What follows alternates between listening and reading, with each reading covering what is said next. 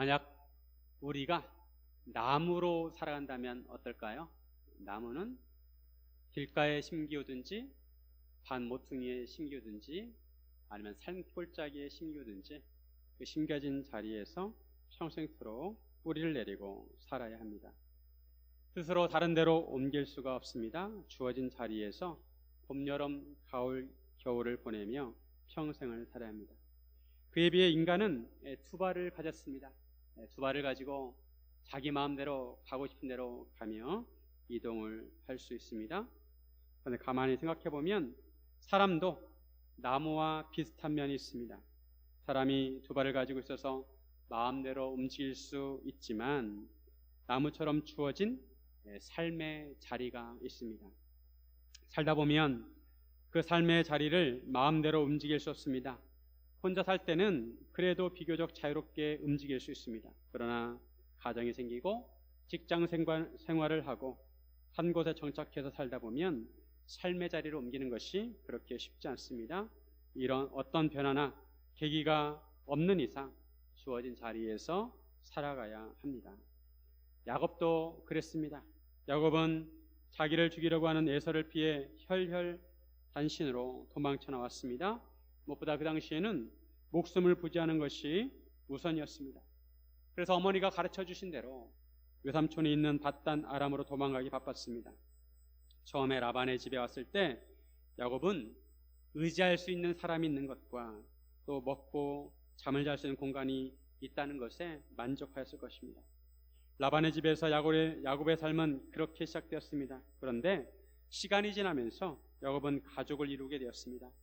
아내들도 생기고 많은 자녀들도 얻게 되었습니다. 그러면서 야곱은 열심히 일했습니다. 그렇게 밧단 아람에서 20년의 삶을 살았습니다. 야곱은 무일푼으로 왔지만 많은 양들과 가축도 얻게 되었습니다. 야곱은 나름대로 성공적인 삶을 살았습니다. 고생은 좀 됐지만 자수성가를 하였습니다. 그런데 야곱은 밧단 아람을 떠나야겠다는 생각을 하게 됩니다. 야곱은 라반의 아들들이 하는 말을 듣습니다. 야곱이 우리 아버지의 소유를 다 빼앗고 우리 아버지의 소유로 말미암아 이 모든 재물을 모았다는 것을 듣게 됩니다. 라반의 아들들이 이렇게 말하는 의도는 야곱을 경쟁자로 의식하였기 때문입니다. 야곱이 번성하게 되자 한편으로 시기하는 마음도 들고 한편으로 아깝다는 생각도 들었습니다. 라반의 아들들이 야곱의 양떼들과 재산을 볼 때마다 저것은 원래 우리의 것이었는데 하면서 생각했을 것입니다. 그래서 사람들에게 야곱이 우리 아버지의 소유를 다 뺏었다고 떠벌리고 다녔을 것입니다. 이상하게 튼튼한 것들은 야곱이 것이 되고 비실비실한 것만 남았다고 했을 것입니다. 이런 말이 야곱의 귀에 들려왔을 것입니다. 이런 말을 들은 야곱의 마음은 불편했을 것입니다. 불안했을 것입니다.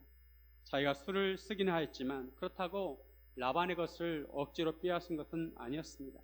야곱도 나름대로 열심히 일했고 노력을 많이 하였습니다. 라반의 재산이 불어난 것도 사실은 야곱 때문입니다. 야곱이 밧단 아람을 더욱 떠나고 싶었던 것은 외삼촌 라반의 반응이었습니다. 언제부턴가 라반의 안색이 이전과 달랐습니다. 인사를 해도 받아주지 않고 사람을 봐도 본체만 체하고 쌀쌀맞게 굴었습니다. 원래 따뜻한 사람은 아니었지만 그전과 야곱을 대하는 태도가 달랐습니다. 마음에 찬바람이 불었습니다. 야곱은 그것을 떠나겠다고 생각합니다. 인생을 살다 보면 떠날 때가 있고 머물 때가 있습니다. 우리의 지난 삶을 되돌아보면 살아온 인생의 경로가 있습니다. 앞으로도 우리는 우리에게 주어진 인생길을 가야 합니다. 우리가 이런 인생길을 갈 때, 특히 믿음으로 살아갈 때 어떤 마음과 생각을 가져야 하는지 함께 나누기를 원합니다. 첫째로, 하나님께서 막다른 길에 우리를 인도하십니다. 인생을 살다 보면 길이 끊어질 때가 있습니다. 막다른 골목에 이를 때가 있습니다. 그런 곳에 이르면 이제 어디로 가야 하나 고민이 됩니다. 하지만 우리는 하나님께서 우리 인생길을 인도해 주심을 믿어야 합니다. 야곱은 라반의 아들들과 라반의 태도를 보면서 그곳에 더 이상 살 수 없다는 것을 직감합니다. 그때 마침 여호와께서 야곱에게 말씀하십니다. 오늘 본문의 3절에 보시면 여호와께서 야곱에게 이르시되 내 조상의 땅 내 족속에게로 돌아가라. 내가 너와 함께 있으리라 하신지라. 하나님께서 야곱에게 내 조상의 땅 내 족속에게로 돌아가라고 하십니다. 내가 너와 함께 있으리라 하십니다. 하나님께서 함께 하시겠다고 하십니다. 하나님께서 야곱에게 고향으로 돌아가라고 말씀하십니다. 그러나도 라반의 아들들과 라반 때문에 밧단 아람에서 살기가 어렵겠다고 생각했는데 하나님께서 그것을 떠나라고 하신 것입니다. 하나님께서는 우리 인생의 주인이십니다. 하나님께서는 우리 인생을 인도해 주십니다. 우리는 이것을 인정해야 합니다. 하나님께서 내 삶을 주관하시고 인도하신다는 것을 인정해야 합니다. 그래서 하나님께서 가라고 하면 가고 머물라고 하면 머물러야 합니다. 우리는 하나님께 순종하는 삶을 살아야 합니다. 저는 고등학교 2학년 때 처음 교회를 다녔지만 20대 초반에 인생을 어떻게 살아야 하는지 고민을 많이 하였습니다. 인생을 어떻게 살아야 하는지 막막하였습니다. 누구를 의지할 수도 없고 또 인생에 대해서 누구와 의논할 환경도 아니었습니다. 그러던 어느 주일날 예배를 드리는데 하나님의 사랑이 내 마음에 전달되었습니다. 아, 하나님께서 나를 사랑하시는구나. 하나님께서 내 인생의 주인이시구나. 주님께서 내 인생의 인도자이시구나. 나는 이제 주님만 따라가면 되겠구나. 그러면 인생에 아무 걱정이 없겠구나. 이런 생각을 하게 되었습니다. 그 자리에서 하나님께 서원하였습니다. 하나님, 제 인생을 하나님께 드리겠습니다. 제가 하나님을 위해 살겠습니다. 그때 제 마음에 하나님의 평안이 밀려왔습니다. 야곱이 밧단 아람에서의 삶을 정리하고 떠나려고 하자 지난 세월들이 주마등처럼 지나갑니다. 야곱이 밧단 아람으로 오는 길에 베델에서 하나님을 만났습니다. 하나님께서 돌베개를 베고자 하는 야곱에게 나타나셨습니다. 야곱이 꿈속에서 하늘에 닿는 사다리를 보는데 하나님의 사자들이 그 사다리를 오르락 내리락 합니다. 하나님께서 그 위에 서서 말씀하십니다. 나는 내 조부 아브라함의 하나님, 이삭의 하나님이라고 하십니다. 내가 너와 내 자손에게 이 땅을 주고 내 자손이 땅의 티끌같이 되어 사방으로 퍼져나갈 것이고 모든 족속이 너와 내 자손을 말미암아 복을 받을 것이라고 하십니다. 그리고 이렇게 말씀하십니다. 창세기 28장 15절에 보시면 내가 너와 함께 있어 내가 어디로 가든지 너를 지키며 너를 이끌어 이 땅으로 돌아오게 할지라. 내가 내게 허락한 것을 다 이루기까지 너를 떠나지 아니하리라 하신지라. 하나님께서 앞으로 어떻게 살아야 할지 불안해하는 야곱에게 나타나셔서 내가 너와 함께 하시겠다고 하시면서 어디로 가든지 지키시겠다고 말씀해 주신 것입니다. 그리고 너를 이끌어 이 땅으로 돌아오게 하시겠다고 하십니다. 내가 내게 허락한 것을 다 이루기까지 너를 떠나지 않겠다고 하십니다. 이런 하나님의 언약이 야곱에게 얼마나 큰 힘이 되었겠습니까? 그 전까지는 죽어가던 심령이 갑자기 힘이 솟고 소망이 생기게 되었습니다.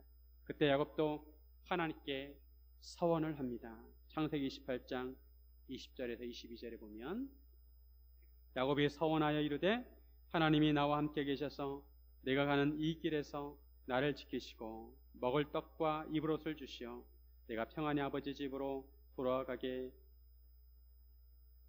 하시오면 여호와께서 나의 하나님이 되실 것이요 내가 기둥으로 세운 이 돌이 하나님의 집이 될 것이요 하나님께서 내게 주신 모든 것의 10분의 1을 내가 반드시 하나님께 드리겠나이다 하였더라. 야곱은 그 당시에 당장 먹는 것, 입는 것이 걱정이었습니다. 그리고 언제쯤 다시 집으로 돌아올 수 있을까 염려가 되었습니다. 그래서 하나님께 서원합니다. 나를 지켜주시고 떡과 옷을 주시고 내가 평안히 아버지 집으로 돌아가게 하시면 여호와께서 나의 하나님이 되실 것입니다. 내가 기둥으로 세운 이 돌이 하나님의 집이 될 것입니다. 그리고 하나님께 주신 모든 것의 10분의 1을 하나님께 드리겠습니다 라고 하나님께 서원을 하였던 것입니다. 이렇게 하나님께 서원하던 때가 엊그제 같았습니다. 그런데 벌써 20년이 지났습니다. 여호와 하나님께서 야곱에게 약속하신 대로 하나님께서는 야곱을 지켜주셨고 먹을 것과 입을 것을 주셨습니다. 거기에다가 그뿐 아니라 아내도 4명이나 주시고 12명의 자녀도 주셨습니다. 거기에다가 많은 양떼와 노비와 낙타와 나귀도 주셨습니다. 하나님께서는 야곱에게 하신 약속을 지키셨습니다. 이처럼 신실하신 하나님께서 야곱에게 이제 고향으로 돌아가라고 말씀을 하십니다. 사람은 앞날을 잘 알지 못합니다. 앞으로 어떤 삶을 살게 될지, 어떤 인생의 길을 걸어가게 될지 알지 못합니다. 하지만 하나님께서는 우리의 모든 인생길을 알고 계십니다. 그리고 우리의 인생길을 인도해 주십니다. 욥기 23장 10절 말씀. 그러나 내가 가는 길을 그가 아시나니 그가 나를 단련하신 후에는 내가 순금같이 되어 나오리라. 우리 인생길은 우리 자신도 모릅니다. 하지만 하나님께서는 아십니다. 지난 20년 동안 하나님께서 야곱을 연단시키신 기간이었습니다. 하나님께서는 야곱을 하나님의 사람으로 다듬어 가셨습니다. 혹시 미래가 불안하신 분이 계십니까? 앞으로 어떻게 살아야 할지 막막하신 분이 계십니까? 우리 인생의 인도자 되시는 하나님을 의지하시기를 바랍니다. 광야길에서 어디로 가야 할지 모르는 이스라엘 백성들을 하나님께서는 불기둥과 구름기둥으로 인도하셨습니다. 멈출 때와 가야 할 때를 알려주셨습니다. 구름이 성막 위를 떠오르면 장막을 다 거두고 길을 떠났습니다. 그리고 구름이 가라앉으면 거기에 장막을 치고 정착을 하였습니다. 이스라엘 백성은 그처럼 40년 동안 광야 생활을 했습니다. 그리고 하나님께서 때가 되었을 때 가나안 땅으로 그들을 인도해 주셨습니다. 하나님께서 마찬가지로 우리가 가야 할 길을 알고 계시고 인도해 주십니다. 사랑하는 성도 여러분, 우리 인생길을 인도하시는 하나님을 의지하고 따르시기를 주님의 이름으로 축원드립니다.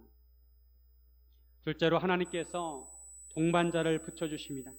우리가 인생길을 살아갈 때 하나님께서 우리에게 함께 걸을 수 있는 동행자를 붙여주십니다.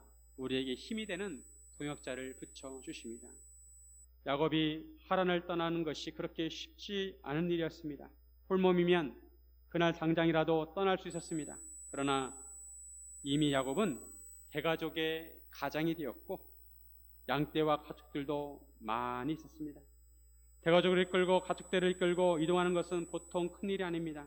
그렇게 쉬운 문제가 아니었습니다. 더군다나 마음에 걸리는 사람이 있었습니다. 바로 라반이었습니다. 6년 전에도 야곱이 떠나려고 했지만 라반은 쉽게 놓아주지 않았습니다. 라반은 야곱을 종처럼 부렸고 결코 놓아줄 기미가 보이지 않았습니다. 만약 라반에게 떠나겠다고 말하면 라반은 쌍수를 들고 편안하게 축복해 주는 것이 아니라 야곱의 모든 것을 빼앗고 야곱의 모든 재산을 갈취할 사람이었습니다. 야곱을 홀로 떠나보내든지 아니면 야곱을 평생 못 떠나도록 붙들어맬 사람이었습니다. 라반은 그처럼 바늘로 찔러도 피 한 방울 안 나올 사람이었습니다. 야곱 먼저 자신의 아내 라헬과 레아를 자기 양떼가 있는 들로 부릅니다. 그리고 상황을 말해줍니다. 그대들의 아버지가 아버지 안색이 전과 같지 않다는 것과 그럴지라도 하나님은 나와 함께 계셨다고 말합니다.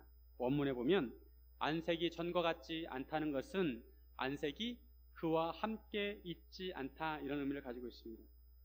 라반의 안색이 이제 야곱과 함께 하지 않지만 하나님께서는 야곱과 함께 하신다는 것입니다. 야곱은 자기가 힘을 다하여 라반을 섬겼다고 말합니다. 한눈 팔지 않고 성실하게 일했다고 말합니다. 그럼에도 라반은 야곱을 부당하게 대우하였습니다. 7절과 8절에 보면 7절과 8절 말씀. 그대들의 아버지가 나를 속여 품삯을 10번이나 변경하였느니라. 그러나 하나님이 그를 막으사 나를 해치지 못하게 하셨으며 그가 이르기를 점 있는 것이 내 싹이 되리라 하면 온 양떼가 낳은 것이 점 있는 것이요 또 얼룩무늬 있는 것이 내 싹이 되리라 하면 온 양떼가 낳은 것이 얼룩무늬 있는 것이니. 라반은 야곱을 속여 품삯을 10번이나 바꾸었습니다. 하지만 하나님께서 라반을 막으사 야곱을 해치지 못하게 하셨습니다. 처음에 근로계약을 맺을 때 아롱진 것, 점 있는 것, 검은 것은 야곱에게 주기로 하였는데 야곱의 양들이 점점 많아지니까 그것을 보고 라반은 근로계약을 바꾼 것입니다. 어렸을 때 형들과 누나들과 언니들과 놀 때가 있지 않습니까? 거슬치기나 딱지치기를 하고 줄넘기와 공기놀이랍니다. 이런 때 어떻게든 이기려고 순간순간 규칙을 바꾸는 형들과 언니들이 있었습니다. 그처럼 라반은 야곱에게 이제부터는 점 있는 것만 내 싹으로 하라고 하였습니다. 그런데 그 후부터는 희한하게도 양들이 점 있는 것만 낳는 것입니다. 그러면 다시 라반은 규칙을 바꿔서 얼룩무늬 있는 것만 내 싹이 되라고 합니다. 그런데 그 후부터는 양들이 전부 얼룩무늬 있는 것만 낳는 것입니다. 이것은 사람이 할 수 있는 것이 아닙니다. 하나님께서 그렇게 해주신 것입니다. 하나님께서 근로조건이 바뀔 때마다 거기에 맞게 맞춤형으로 야곱을 축복하시고 야곱의 재산이 불어나게 하신 것입니다. 야곱은 하나님이 라반의 가축을 빼앗아 자기에게 주었다고 고백합니다. 하나님은 참 세밀하신 하나님이십니다. 양떼가 새끼 뵐 때 야곱이 꿈에 눈을 들어 보는데 양떼를 탄 순양은 다 얼룩무늬 있는 것과 점 있는 것과 아롱진 것이었습니다. 하나님의 사자가 야곱에게 양떼를 탄 순양이 다 얼룩무늬 있는 것과 점 있는 것과 아롱진 것을 보라고 하십니다. 라반이 야곱에게 행한 모든 것을 다 보았다고 하십니다. 라반이 야곱에게 어떻게 행했는지 다 아신다는 것입니다. 그리고 이렇게 말씀하십니다. 13절 나는 베델의 하나님이라 내가 거기서 기둥에 기름을 붓고 거기서 내게 서원하였으니 지금 일어나 이곳을 떠나서 내 출생지로 돌아가라 하셨느니라. 나는 베델의 하나님이라. 내가 베델에서 만났던 그 하나님이시라는 것입니다. 하나님께서 그때 야곱이 됐던 서원을 기억하셨습니다. 그 서원대로 하나님께서 야곱을 고향으로 돌아가게 하시겠다는 것입니다. 그러니 지금 일어나 이곳을 떠나서 내 출생지로 돌아가라고 하십니다. 야곱은 자기에게 일어났던 일들을 라헬과 레아에게 말해줍니다. 야곱은 자기가 왜 밧단 아람을 떠나려고 하는지 말해준 것입니다. 이런 말을 들었을 때 라헬과 레아의 마음은 어땠을까요? 여자의 마음은 여러 방이 있다고 합니다. 남자는 단순합니다. 남자는 그냥 한 번 결심하면 이것저것 따지지 않고 밀고 나갑니다. 그런데 여자의 마음은 단순하지 않습니다. 복잡합니다. 아빠도 생각해야 되고 엄마도 생각해야 되고 오빠들도 생각해야 되고 남편도 생각해야 되고 아들들도 생각해야 합니다. 라헬과 레아는 야곱과 함께 떠나지 않고 남아있을 수도 있었습니다. 특히 레아는 그 결혼 생활이 그렇게 행복하지 않았습니다. 야곱에게 사랑받지 못했습니다. 그러나 라헬과 레아는 야곱의 말을 듣고 고민할 필요가 없다는 듯이 말합니다. 우리가 우리 아버지 집에서 무슨 분깃이나 유산이 있으리요. 라헬과 레아는 그동안 아버지가 자기들에게 어떻게 행하였는지 알고 있습니다. 그러나 아버지에게 소망이 없었습니다. 15절과 16절에 아버지가 우리를 팔고 우리의 돈을 다 먹어버렸으니 아버지가 우리를 외국인처럼 여기는 것이 아닌가. 하나님이 우리 아버지에게서 취하여 가신 재물은 우리와 우리 자식의 것이니 이제 하나님이 당신에게 이르신 일을 다 준행하라. 라헬과 레아는 아버지가 자기들을 팔고 자기들 돈을 다 먹어버렸다고 말합니다. 야곱은 라헬과 레아와 결혼하기 위해서 신부 대금을 주는 대신에 14년 동안 일했습니다. 어쨌든 신부에 대한 대가를 치른 것입니다. 그런데 라반은 그 돈을 자기 딸들에게 지참금으로 준 것이 아니라 자기가 먹고 입을 닦았습니다. 라헬과 레아가 느낄 때 아버지는 자기들을 외국인처럼 여겼습니다. 아버지는 정 떨어지는 사람이었습니다. 하나님께서 라반의 가축을 빼앗아 야곱에게 주신 재물은 자기들과 자기들의 자식의 것이라고 말합니다. 라헬과 레아는 야곱의 재물을 얻은 것은 정당한 것이라고 지지해 줍니다. 그러면서 야곱에게 하나님께 당신에게 말씀하신 대로 그대로 준행하라고 합니다. 야곱은 한편으로 아내들이 함께 가지 않으면 어떨까 걱정했을 것입니다. 그러나 야곱의 말을 들은 아내들은 흔쾌히 야곱의 말에 동의하고 함께 떠나기로 합니다. 아내들은 야곱의 지원군이 되어 주었을 것입니다. 지원군이 되어 주었습니다. 동행자가 되었습니다. 만약 라헬과 레아가 떠나지 않았으면 어떻게 되었을까요? 야곱은 홀로 떠나야 했습니다. 그러면 야곱의 그 민족의 기틀이 흔들리게 되는 것입니다. 그러나 하나님께서 라헬과 레아를 함께 떠나게 하셨습니다. 어떤 일을 할 때 옆에서 나를 지지해주고 격려해주는 사람이 있다면 그것만큼 큰 힘이 되는 것이 없습니다. 그런 면에서 배우자는 인생에 있어서 가장 큰 힘이 되는 사람입니다. 특히 하나님의 일을 할 때 이처럼 마음을 함께 하는 동역자들이 있다면 그만큼 힘이 되는 것이 없습니다. 하나님께서는 우리 인생의 중간중간에 필요한 사람들을 만나게 하시고 붙여주십니다. 그런 의미에서 지금 우리가 이처럼 함께 한 것은 우연이 아닙니다. 하나님께서 만나게 하신 것입니다. 믿으십니까? 서로가 서로에 대한 생각이 좀 다를 수 있지만 하나님께서는 각자에게 필요한 부분이 있어서 우리를 서로 만나게 하셨습니다. 라헬은 레아와 경쟁 관계였지만 라헬은 레아의 동반자였고 레아도 라헬의 동반자였습니다. 그래서 우리는 서로의 만남을 소중하게 생각해야 합니다. 사도 바울은 선교여행을 하면서 브리스길라와 아굴라를 만났습니다. 함께 천막을 만들면서 선교 사역을 함께 하였습니다. 브리스길라와 아굴라는 바울의 든든한 후원자가 되었습니다. 바울은 이들로 인해 더욱 힘있게 사역을 했습니다. 로마서에 보면 바울은 이들이 바울의 목숨을 위하여 자기들의 목까지도 내놓았다고 말씀하고 있습니다. 서로를 얼마나 아끼고 얼마나 정성스럽게 생겼는지 알 수 있습니다. 이들의 사역을 통해 초대교회가 든든히 세워지게 되었고 하나님의 나라가 확장이 되었습니다. 우리는 하나님 안에서 영가족입니다. 하나님 안에서 동역자입니다. 우리는 바울과 브리스길라와 아굴라처럼 함께 아름다운 하나님의 사역을 감당해야 할 것입니다. 우리는 인생의 동반자를 소중히 여겨야 하고 하나님 안에서 동역자를 소중하게 생각해야 합니다. 구역 안에서 구역원들은 하나님의 동역자입니다. 서로를 위해서 기도해주고 함께 은혜를 나누다 보면 알게 모르게 서로에게 힘이 되는 것입니다. 한 교회 안에 있는 성도들은 하나님 나라의 동역자이고 동반자인 것입니다. 사랑하는 성도 여러분, 하나님의 동역자를 소중히 여기시고 섬기시기를 주님의 이름으로 축원드립니다. 셋째로 우리는 항상 영혼의 본향을 사모해야 합니다. 우리는 영혼의 본향을 기억해야 합니다. 우리의 관심사는 궁극적으로 이 세상이 아니라 약속의 땅이어야 합니다. 야곱이 아내들의 동의를 얻고 바단 아람을 떠나게 됩니다. 문제는 이동 규모가 너무 컸습니다.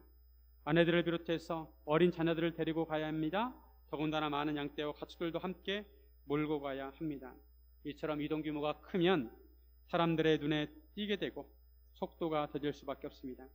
드디어 야곱은 고향으로 떠나기로 결정합니다. 야곱은 자녀들과 아내들을 낙타에 태웁니다. 그리고 그동안 모은 모든 가축과 모든 소유물을 이끌고 가나안 땅에 있는 아버지 이삭에게로 떠나게 됩니다. 고향 땅을 향해 가게 됩니다. 야곱은 그런데 라반에게 알리지 않고 떠났습니다. 라반에게 말하면 평생 붙들릴 수도 있고 잘못하면 야곱의 모습이 위태해질 수도 있습니다. 마침 그때 라반은 양털을 깎으러 갔습니다. 양털은 보통 4월쯤에 봄에 깎는다고 합니다. 그런데 양털 깎는 것이 보통 어려운 일이 아니라고 합니다. 모든 사람들 다 동원해야 되고 많은 시간이 걸린다고 합니다. 양을 붙들고 깎아야 하고 여러 날 깎아야 한다고 합니다. 얼마 전에 인터넷에서 구조된 야생 양의 사진을 본 적이 있습니다. 이 양은 몸에 털이 너무 많아가지고 털이 눈을 가려서 볼 수도 없고 털이 너무 무거워가지고 제대로 움직이지도 못했다고 합니다. 그래서 그 양을 구조해서 그 무거운 양털을 다 깎았는데 그 양의 양털의 무게가 자그마치 35kg 정도 되었다고 합니다.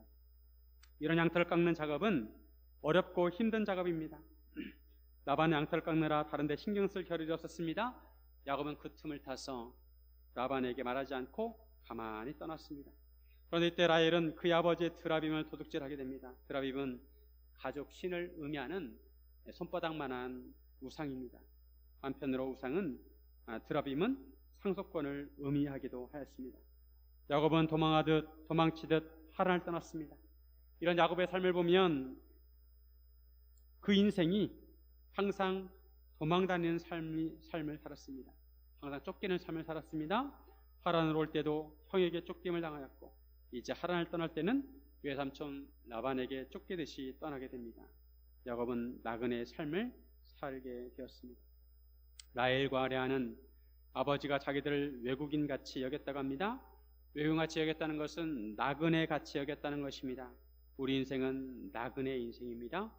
철로 역정의 원래 제목은 세상에서 장차 올 세상에 이르는 나그네길입니다. 우리 인생길이 나그네길이란 것입니다. 주인공이 장망성을 떠나 장차 멸망할 성을 떠나서 낙담의 늪을 지나 사막의 골짜기를 지나 허영의 거리를 지나서 천성에 이르게 된다는 내용입니다. 우리가 살고 있는 이 땅이 우리의 집이 아닙니다. 우리가 돌아갈 본향이 있습니다. 그래서 믿음의 선조들은 영혼의 본향을 향해 살았습니다. 히브리서 11장 16절 말씀. 그들이 이제는 더 나은 본향을 사모하니 곧 하늘에 있는 것이라. 이러므로 하나님이 그들의 하나님이라 일컬음을 받으심을 부끄러워하지 아니하시고 그들을 위하여 한 성을 예비하셨느니라. 하나님께서 우리를 위하여 한 성을 예비하고 계십니다. 우리에게 영원한 집이 있습니다. 고린도후서 5장 1절. 만일 땅에 있는 우리의 장막집이 무너지면 하나님께서 지으신 집 곧 손으로 지은 것이 아니요 하늘에 있는 영원한 집이 우리에게 있는 줄 아느니라. 하나님께서 야곱에게 고향으로 돌아가라고 하신 것은 영적으로 영혼의 본향을 향해 가라는 것입니다. 우리는 항상 본향을 향해 가야 합니다. 오늘 본문에 보면 사람의 관심사는 자기 소유와 재물입니다. 라반과 라반의 아들들은 왜 야곱을 시기하였을까요? 그것은 바로 재물 때문입니다. 야곱의 재산이 많아지니까 그것이 마음에 들지 않았던 것입니다. 물론 그것이 가업이기에 중요했습니다. 살아가는데 품삯이 얼마나 중요합니까? 사람들은 품삯에 관심이 많습니다. 일당과 월급과 연봉에 관심이 많습니다. 하지만 하나님의 관심사는 사람의 영혼입니다. 하나님께서 야곱의 영혼을 살리려고 고향으로 돌아가라고 하신 것입니다. 내 조상의 땅으로 돌아가라. 나는 베델의 하나님이라. 베델은 하나님의 집이란 뜻입니다. 우리가 살면서 관심을 가져야 할 곳은 바로 하나님의 집입니다. 하나님을 만나고 하나님과 교제하고 하나님께 제단을 쌓아야 하는 곳입니다. 그것이 바로 우리 영혼의 본향입니다. 하나님께서는 야곱을 그것으로 인도하시고자 하셨습니다. 한편 야곱이 하란에 갔다가 가족을 이끌고 나오는 것은 출애굽을 연상시킵니다. 야곱의 가족이 나중에 기근을 피해서 애굽으로 갑니다. 애굽에서 큰 민족을 이룹니다. 애굽에서 큰 민족을 이룬 이스라엘 백성을 하나님께서는 이끌어내시고 다시 약속의 땅 가나안 땅으로 들어오게 하십니다. 이것과 마찬가지로 야곱은 홀로 하란에 가서 가족을 이룹니다. 그리고 그 가족을 이끌고 이제 다시 약속의 땅 가나안 땅으로 들어가게 되는 것입니다. 출애굽 때 이스라엘 백성들이 애굽에 많은 금은 보화를 가지고 나온 것처럼 야곱도 하란에서 많은 가축보를 이끌고 나오게 되었습니다. 하나님께서는 구원의 큰 계획 속에서 야곱을 인도하셨습니다. 만약 야곱이 하나님의 인도하심을 받지 않고 그곳에 머물렀다면 어땠을까요? 그래도 나름대로 재산이 있기 때문에 그럭저럭 샀을 것입니다. 하지만 야곱은 하나님의 구원 계획에 포함되지 동참하지 못했을 것입니다. 하나님은 또 다른 사람을 통해서 구원 역사를 이루셨을 것입니다. 하나님의 인도하심을 받다 보면 우리는 하나님의 큰 구원의 역사를 마주하게 되는 것입니다. 우리가 영혼의 본향을 향하기 위해서 오늘 본문에서 두 가지 단어를 주목하길 원합니다. 하나는 12절에 보면 내 눈을 들어보라. 내 눈을 들어보라. 우리는 눈을 들어 하나님을 바라보아야 합니다. 하나님께서 가르치시는 것을 바라보아야 합니다. 하나님께서는 우리의 길이 막혔을 때 새 길을 열어주십니다. 우리가 갈 바를 알지 못할 때 약속의 땅으로 인도해 주십니다. 우리는 참 하나님을 찾기 위해서 눈을 들어 하나님을 바라봐야 합니다. 우리는 참 진리를 찾기 위해 하나님의 말씀을 바라보아야 합니다. 야곱은 이삭의 아들이고 아브라함의 손자입니다.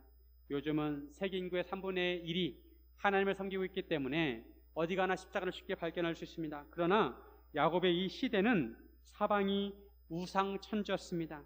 하나님을 섬기는 사람들이 거의 없었습니다. 라헬이 드라빔을 훔친 것도 아직도 야곱의 가족에 우상의 흔적들이 많았다는 것입니다.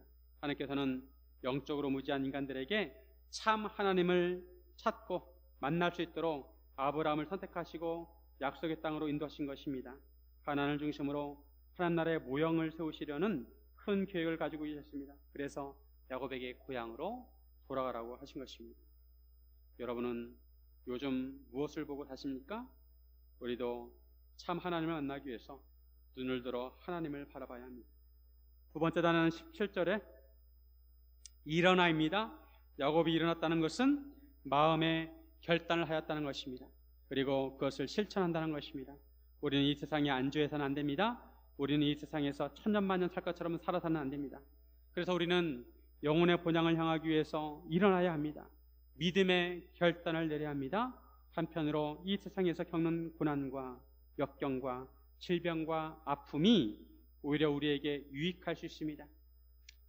이 세상이 아프지 않고 편하게 살 수 있으면 우리는 천국 가기 싫어할 겁니다. 그냥 이 세상에서 영원히 살기를 원할 것입니다. 그러나 이런 이 세상을 겪는 고난과 아픔과 역경이 있기 때문에 우리는 이 세상에 안주하지 않고 본향을 그리워하고 본향을 바라볼 수 있는 것입니다. 우리가 이 세상의 삶에 익숙해지고 안주하고 있다면 우리는 믿음의 결단을 내리고 박차고 일어나야 하는 것입니다. 처음에 제가 나무 얘기를 하였습니다. 나무는 움직일 수 없지만 한편으로 우리는 나무 같은 삶을 살아야 합니다. 나무는 항상 그 자리에 있기에 나무는 이정표 역할을 합니다. 우리가 어떤 길을 가다가 큰 나무를 보면 그 나무가 이정표 역할을 해서 어디쯤 왔구나 우리가 알 수가 있습니다. 우리는 하나님께서 주신 삶의 자리에서 이정표의 역할을 해야 합니다. 사람들이 참 하나님을 만나고 영혼의 본향을 찾아갈 수 있도록 우리가 안내하는 역할을 해야 한다는 것입니다. 나무가지가 그 가지를 하늘을 향해서 뻗은 것처럼 우리도 우리의 삶의 방향을 하나님께 뻗어서 사람들로 하여금 하나님을 찾을 수 있도록 해야 한다는 것입니다. 하나님께서 우리에게 말씀하십니다. 고향으로 돌아가라. 영혼의 본향으로 돌아가라. 사랑하는 성도 여러분, 우리에게 돌아갈 수 있는 본향이 있다는 것이 얼마나 감사한 일인지 모릅니다. 그 본향에는 우리를 너무도 사랑하시고 세밀하게 보호하시는 하나님께서 계십니다. 항상 마음에 아름다운 본향을 품고 사시기를 주님의 이름으로 축원드립니다. 우리 함께 기도하겠습니다.